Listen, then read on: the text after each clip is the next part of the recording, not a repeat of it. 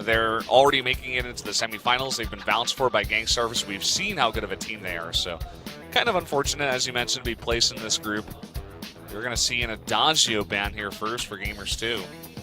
That's been a really big pick, especially for 80-0 in both seasons of the VIPL so far, and they're not going to let him first pick that Sky, a common ban, and that will be it. So first pick over to Gamers 2 right now. They've shown enough diversity that it could be a bit hard to predict, and they may just go with that Arden, and they take it right off the bat. Yeah, Arden pretty good in really any composition. I think it's a good first pick, one of the strongest heroes so far for patch 1.11.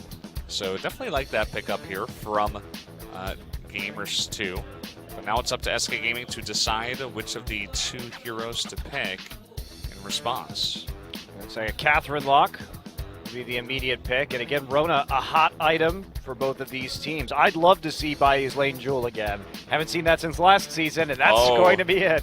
It's going to be picked. I really like watching Bayou as a player because he does tend to play a lot of these more melee-oriented laners, which is something of a bit more of a signature of this SK Gaming team. And there's the Rona, now selected. And the Celeste as well. So we'll see where that Rona ends up going. Of course, either of those heroes can be played lane or jungle. And 80-0 going to be picking here for their last slot. I wonder what they could pick up here. Koshka, definitely a very strong pick to go with these two, but again, they do have 3 melee. Yep, they're doing it again, but no pedal last pick. That kind of is the danger when you have that last pick. You do have more flexibility in terms of going for a 3 melee composition. And we're going to get right into this one. I'm excited to see whether it's going to be Crystal Power or Weapon Power Jewel. Good close-up on the mustache there, yeah. SK fan here in the audience. Well, we're going to get right into it. Group B is going to be our last match of this group, all European. SK up against Gamers 2. Players are locking in their selections right now. Wait on them and see if SK can use that Koshka, because when they have had the Koshka in the early game, it really has worked out for them. Against Ardent, they managed to acquire a relatively large early game advantage with great Koshka use. So let's get into it. Group B, last match of the VIPL, starting now.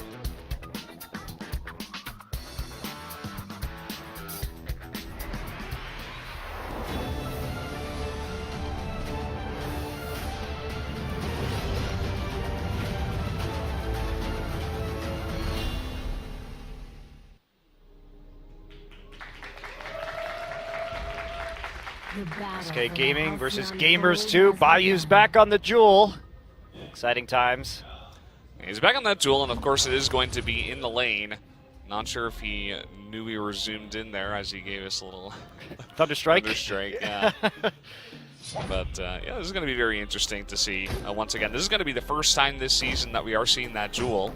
It's definitely fallen way out of favor in terms of a high-tier pick. We really always saw that Rona, and they even just gave that up. You know, Rona wasn't banned or picked before. They decided to pick Jewel over Rona. Yeah, definitely interesting. So I'm excited to see what can be done with it, though, because I really like Jewel. She's one of my favorite heroes. And we're going to see an early gank here. Redix is going to get jumped on, lots of damage going down. Redix pops a heal potion, but takes a huge chunk. Good early gank there. SK moving in. And Gamers 2 a little bit slow to respond. Finally trying to get into the lane here and push it back out. But SK going to have a nice little shop during the interim. Yeah, just putting a bit of pressure onto Redix there, I suppose, saying right from the get-go that they can do a ton of damage. Catherine Koshka, a very nice combination to go for a gank. But which team will be able to keep their EU pride? SK Gaming and Gamers 2 Esports. It's specifically European pride, though. Yeah. Once you lose this game, there's no more European pride left for you. Yeah, you've lost any faith from the EU fans after losing this one, I suppose. Okay, so let me look at the players real quick. Relatively slow early game. Bayou looks like he will be going for that weapon power Jewel. That's what we've seen him play in the past. So I have not seen him play a game with the Crystal Power Jewel. That was more of an Invincible Armada thing from last season. Wine love to, well, we saw it once, I think. Yep. But, oh, Azaflow just gonna face check the brush straight into a chain stun. Wow, nice core collapse, but it's just not enough. And that's the thing about this Catherine Jewel combo is you can set up the Rocket Leap extremely effectively with a Catherine stun. Makes it pretty much a guaranteed hit. It's a great pick composition that SK are running. It's a throwback to, you know, VAPL Season 1 where we saw it a lot of the time. I think we also saw it in some of the invitational games as well. And also Casca, once she hits level 4, there's going to be so much pick on this team, as you were mentioning. Yeah, there you go. I mean, there's not really much you could do to get out of that one. Azaflow also has no combat stats right now, just an Iron Guard contract, so not really the tanky Arden that we know yet. Actually goes for an early Storm Guard this game, so looking for some more clearing power early. But this is not going to be a composition that fights very well. And again, too, going back to the SK composition, you have that once the Koshka hits 6, gets that ultimate, it's another form of single target lockdown. Yeah, they're going to be able to lock down 1 or even 2 of the members in any of these team fights, and I don't think they're going to really want to go head-to-head, especially when you have someone like Rona towards that late game. Once she does get farmed up, she's going to want to be in your face, but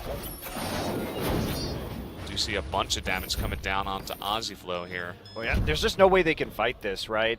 You can see that, of course, with AD, Zero, and Medic picking up a lot of items early in the game, they're being pushed back and kind of bullied around in their own jungle right now. They have no control over the lane either, so it's easy for Jewel to help out with any invades when the wave is pushed that far forward. Try gank here on the Bayou, but Jewel is hard to gank. Yeah, especially when you have only one form of stun and it's not targeted from that. Celeste also has a delay, so you're pretty much never going to be able to gank a Jewel unless she's going hard for the kill onto Celeste and they can catch her out with a nice counter gank. That's about the only time you can go for it, which is why, you know, Jewel was always an interesting lane pick, because it's kind of like who else is it? Rona, you know, who can go out of the fray, as we were talking about, but in an even better way, I suppose. It's a longer jump. The only downside is that it has a slight delay before you do Rocket Leap away, whereas Into the Fray is near instant. As long as you keep track of enemy crowd control, though, certainly possible to get away. And it looks like it will be a Sorrow Blade first here for Bayou, so going straight up for just flat weapon power, as much as he can get. And see a little bit of trading here. Of course, G2 roaming in the back camps of SK. SK going to be doing the same after the recall from G2. G2 just playing avoidance right now. Bayou has a scout trap in that brush, so he knows exactly what's coming. Backs off nice and early. Go for it. Bayou laying down a Thunderstrike. Azaflow has to use his boots to get out of that situation. Finally starting to get some HP with that Dragonheart. This is a very unusual Arden build. Usually you see a couple Oak-Hearts early on, but the fast Storm Guard really changing a lot. Yeah, I'm not sure if I agree with that, especially because they're being pressured so much in their own jungle. A nice bit of trading here. Reddick's taking so much damage. Has to use the sprint boost just to get away. He will miss that Thunderstrike, but it's going to buy him enough time just to go straight for this gold mine without picking up the kill first. Yeah. What I was saying, I mean, with the Stormguard banner, you don't have all that many minions to take because they're being taken away from you. You know, I think earlier boots maybe to get some mobility, get to the other side of the jungle, or as you were saying, that very standard build to just get a lot of health so you can trade a bit better against the Koshka Catherine would have been a bit nicer to see. Well, there's still some time here. Late game Gamersu is going to have very powerful composition, so it's just a matter of survival. ADC are going to come in again. Rocket Leap onto Azaflow. There's the chain stun, but they don't hit who they want. Follow-up will be the core collapse from Redix for the counter stun. There's some minor trading, not much damage done. Yeah, just both teams allowing each other to, well, actually Medic is here, trying to go for the push as well. Ready to jump onto Celeste at any moment, but not going to risk it yet. Just trying to get some damage down onto the turret right there. And they'll get it down by about a third HP, but Tesfaye still swinging his axes, looking for some camps to farm. Doesn't have a lot of support though. Asflo moving down now, but Redix is quite low in HP already. This is dangerous as SK continues their invade towards the back camps. Oh, misses the big red button though. Redix not juking the right way, and Bayou taking a guess, but not going to hit. Yeah, Redix just going to have to go back here. May have to miss this wave. Something that Druid would never allow to happen. He would be staying there, being risky, trying to get that wave because you're missing a lot of gold, of course. So we've seen this from SK before, though. We know they can have a very clean early game. We're gonna look at the fail ults. Okay. I was more interested in seeing what happened before that actually to see like how they got there. You know, like we knew that he missed his ult already. But anyway, you know, SK is doing a fantastic job with their you know, early advantage with the composition of Koshka and Catherine. The problem with Koshka is that she does very much so fall off towards that later game. Once someone picks up a Crucible, you got like a couple of reflex blocks as well. That ultimate becomes near useless. And, you know, maybe it's going to be a bit more useful because there are so many stuns and so many things to reflex blocks. So maybe they can trigger a couple of them, or maybe you use the ult to get right into their face and you trigger the Crucible, and then you go in with the Catherine, and then you follow up with the Rocket Leap to get a couple more stuns. So it's going to be interesting to see if they can link up everything here and get past the reflex blocks. We already do see a Crucible finished, actually. Yeah, that's going to be really key. And you know, we talk about Asaflow's build a little bit here, but that is a great first completed item just because of that single target stun. It really gives them a lot more flexibility in terms of how they approach these team fights and counter-engage if SK wants to go in. And SK doing well so far, but we've seen them have dominant early game performances. They've been in this position many times. It's just been a failure to close. And I think they do shore up that late game disadvantage from the Koshka with the Jewel. We've seen Jewel can get very out of hand, especially once you do overdrive that Thunderstrike. The crits, yeah, the crits on the with the V is you're doing 500, 600 damage a swing. You know, with those Thunder Strikes. And if you can get a bunch of attack speed, it also lowers the cooldown of your Thunder Strike, so you're hitting, like, every second you're getting a Thunder Strike down. And if you can be consistent with landing them and just stay out of range barely, you can do a ton of sustained damage in the late game. So I'm really looking forward to that out of Bayou.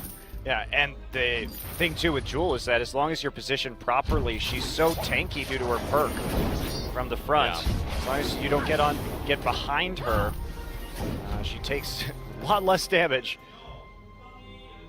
Okay, so they, again, SK just slowly chipping away at the Tier 1 turret while controlling this gold mine. Minion candy down, they back off just while it's about to complete. Make sure they get that 300 gold per player. Fill up right now. SK just pushing forward, and they've played a very methodical game so far. They've controlled a lot of these jungle camps. You can see 64 to 45 CS compared when we compare the junglers to each other. And even Redix has lost a lot of CS to his own turret just thanks to the constant pressure. Now we're going to see the Tyrant's Monocle completed now by Bayou. You can stack those on Jewel pretty efficiently, actually. Get more than one of those and really start hitting with the crits. Yeah, but this is when she reaches that, you know, really critical point when there's not that much armor on the enemy side. Oh boy, there's the combo again. Redix is just destroyed right next to his turret. That's going to be a turret kill here for SK as well, and they move up to about a 4,500 gold lead. Yep, you cannot miss your reflex block with the Catherine stun because you know the Rocket Leap is coming. So you have to get out of the way of the Catherine stun first, and then you can run away. You can use your sprint boots. But if you miss the first time, you're dead. So don't miss Redix in the future if you want to live. But yeah, what we were talking about this Jewel, this is really the critical mass where she hits Sorrow Blade, Tyrant's Monocle, and a Blazing Salvo because you have that extra attack speed as I was saying before. So you have a bunch of cooldown reduction on your B for the Thunder Strikes, and you're also critting for so much damage. This may be in a bit of a rough spot right here. Gets caught by his backs, and goodbye. Get out of the fray there, but he will get disintegrated by a giant beam in the end. That you don't need to be going crystal power for that to do a decent amount of damage for a finisher. It is hilarious when you go do crystal power though, and it does like 2,000 damage. Siege continuing, just looking to zone out right now. Oh, Bayou gets caught. Solar Storm gonna drop the gauntlet. Medic is gonna get stunned. Medic is gonna fall actually to a turret shot. Bit of over-aggression under that turret, missing some of their crowd control abilities. And they've fallen relatively low. Gamers 2 now wants to go for this gold miner. And they've got Tesfaye in the back right there. 80-0 just trying to run some interference. They're going to lose it though and give up about half a payout. Bayou now deciding to fight with the Rona with the red mist. There's the rocket leap. Bayou takes one. He continues just moving forward with that Thunderstrike. 80-0 now has to get out, but he will fall in the end thanks to the slow from Vanguard. Not going to be enough. Medic is spawned, but he's too late to join the party. Yeah, you can really begin to see the power of the Jewel once you get to a certain point. Just jumping in 2v3 onto the Celeste, just does one auto attack, crits for like 350 damage. Celeste only has about 1,500 health, so it's very potent, you can say, especially when you are this far ahead, about 3k gold. And even though they do lose that gold miner, they should be able to pick it up here before the Kraken does spawn, and they still have so many scout traps around the jungle. Crit was for nearly 500 on that Thunderstrike there. And they're going to take the gold miner right back right now, just get it locked up. They have all the scout traps, flares down, ready to go to take it. Medic also goes back, buys a crystal power infusion.